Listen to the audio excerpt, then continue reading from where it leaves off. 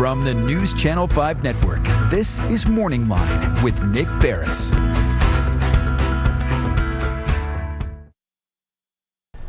Good morning, everyone. Thanks for joining us on MorningLine. Nick Barris coming to you on a Monday. Good show on tap. I hope you had a good weekend, and I am glad that you are here with us on the Plus for the show today. And we're going to open up the phone lines.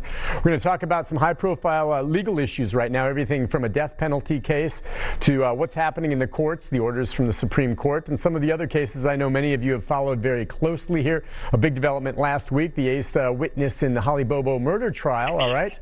He ends up being arrested again just after he had gotten out of jail after cutting a plea deal. And we're talking, of course, about Jason Autry there. We may touch a bit on him as well as the very latest with regard to the Joe Clyde Daniel case and some others. As always, if we don't hit on something that you're interested in, you can give us a call. The phone lines are open because I'm being joined this morning by News Channel 5 legal analyst Nick Leonardo, and he's looking very festive with a Yuletide setting. Good morning, Nick. Good morning, Nick. Hey, good morning to you, Nick. How are you, sir? It is good to see you, and happy holidays. Pleasure to have you here, my friend. Listen, a lot to talk about, and just thought right off the top, of course, you're an attorney yourself who practices here in town. And you had been telling me for quite some time that you don't feel entirely comfortable when you sometimes have to go to the courthouses to handle cases because there's too many people. Where do we stand now with the most recent announcement from, the Metro courts and what's happening there, at least here in Nashville?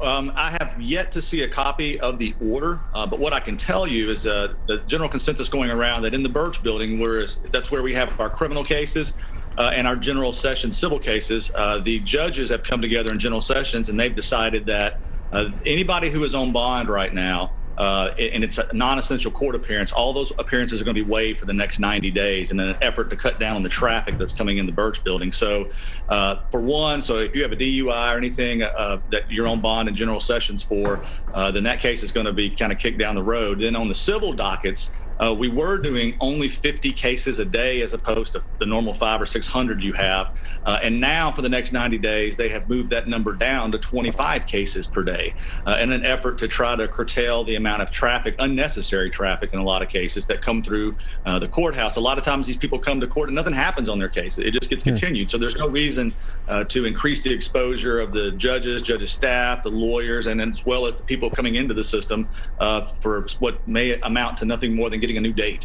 So as far as your personal experience, I hear that. I mean, how have you felt when you've had to go to the courts? Have there been times where you thought, geez, this is too much here? What do you think? How did you feel? Yeah, Nick, I didn't like it. It's very, very uncomfortable. It's not where you want to be. And there's just a lot of people there. And of course, as a lawyer, if I have I'm there on behalf of a client, it's hard for us to say 6 feet away or 8 feet away, and say, hey, the DA said that if you'll do 10 days, they'll do this, so you have to kind of get in close proximity to your client and to other DAs. And so it's a very uncomfortable proposition, but frankly, I wear 2 masks, I wear gloves. I have every pen I use, I throw away when I leave the building. I try not to touch my phone.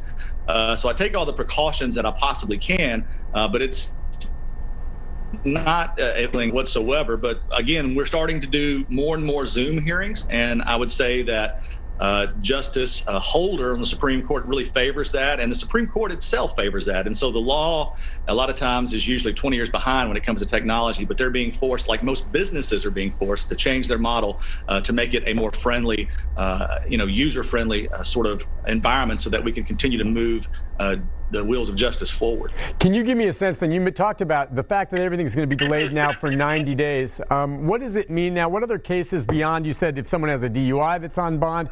I'm just wondering, the folks out there that are watching maybe, who will this affect? What types of cases? And is that necessarily a bad or good thing? I mean, you've told me in the past that usually defendants don't mind delays to their cases unless they're truly, truly innocent. So how is this perceived by those who have to face these delays? And what kind of cases are we talking about? Well, right now, anytime you're on bond, that in General Sessions Court, that order would be applicable to you. So if it was a domestic violence charge, a drug charge, driving under the influence, vandalism, theft, any of those sorts of misdemeanors, and some of the felony cases that people have that are on bond, And so the orders of protection are going to continue in domestic court. I think most defendants are okay with it. However, you also have to balance that with the victims, and the victims are subpoenaed to court a lot of times along with the police officers, and they want justice, and they would like to have a resolution, and so they're also going to have to somewhat suffer, if you will, through this continuance period. But there are certain things. If you're in jail in Davidson County, that has to go forward. Because you have to go before a judge within so many days. And so jail cases, both in criminal court and in general sessions, will continue to move forward throughout this process because they are very much so necessary and they have to continue. Okay, let's talk about some of the cases, and we'll get some phone calls here in a moment. I know one case you wanted to talk about deals with the death penalty, and one that's been hanging out there for quite some time, and the back and forth with what the Supreme Court's done, with what Glenn Funk's done locally, and what the Attorney General here in the state of Tennessee is doing. And just wanted your take on that and what you think. Give us a little bit of background. Well, so it was Abdul Rahman, I believe. Yeah. Excuse me, is his name. So they had, I guess it's been a few months ago, the district attorney's office had gotten with the defense counsel and decided that they were going to commute his sentence, and it wasn't going to be a sentence of death anymore, based upon some lack of impartiality in the jurors. And so they came up with an agreement, and of course, Judge Watkins here in criminal court approved that agreement. And then obviously the Attorney General gets involved with it. And then we see an opinion from the Court of Criminal Appeals just a couple of weeks ago that said, folks, you can't do this. They left open the possibility to go back and do it correctly. So they didn't say necessarily you couldn't do it, but you couldn't go about it the way that they had went about it. And there needs to be a different procedural vehicle to get this back before the court. But this is indicative of a whole lot of things that we're seeing going on right now. The DA's office has this, the prosecution review unit that's headed by Sonny Eaton. It's a new unit, and they go back and look at convictions. And if they believe that someone is innocent or there's new evidence, then they try to get that back in front of the court. And we recently saw that there was an individual who was cut loose after a few years in the penitentiary, and that procedural vehicle may or may not necessarily have been the correct one to make these things happen. So I think what you're going to see, as we always see in the state of Tennessee, you see a butting of heads in everything, whether it's legislation or court proceedings between the local Davidson County government and the state government as a whole. And the Attorney General's office seems to be squaring off against General Funk's office. And so there's going to be more and more of these cases that come down the pike where they have newly discovered evidence, so they don't have faith in the conviction. And so they want to overturn these convictions.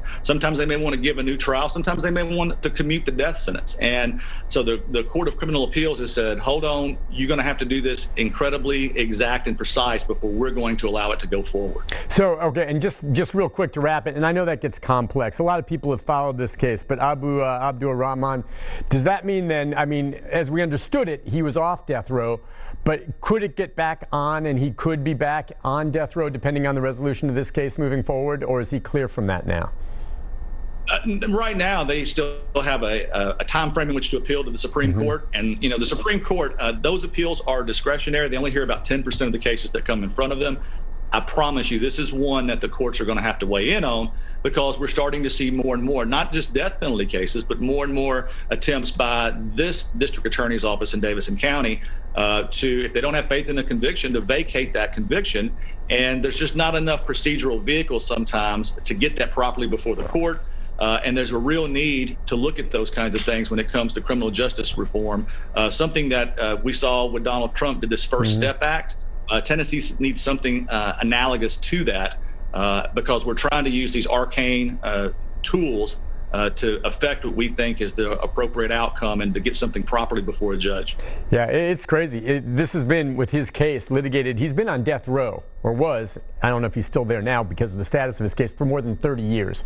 And that unto itself is a frustration for many people. You want to make sure you have the right person, but if you have the death penalty on the books, and someone's convicted of it, 30 years? That's absurd, Nick. Either have it or you don't. You know what I mean? But you got to make sure you've got the right person, and maybe there's new evidence, and this is a reason why there are delays as things move forward. So well, there's no doubt that the framers of the United States Constitution intended for there to be the death penalty because there was a death penalty at the time it was drafted.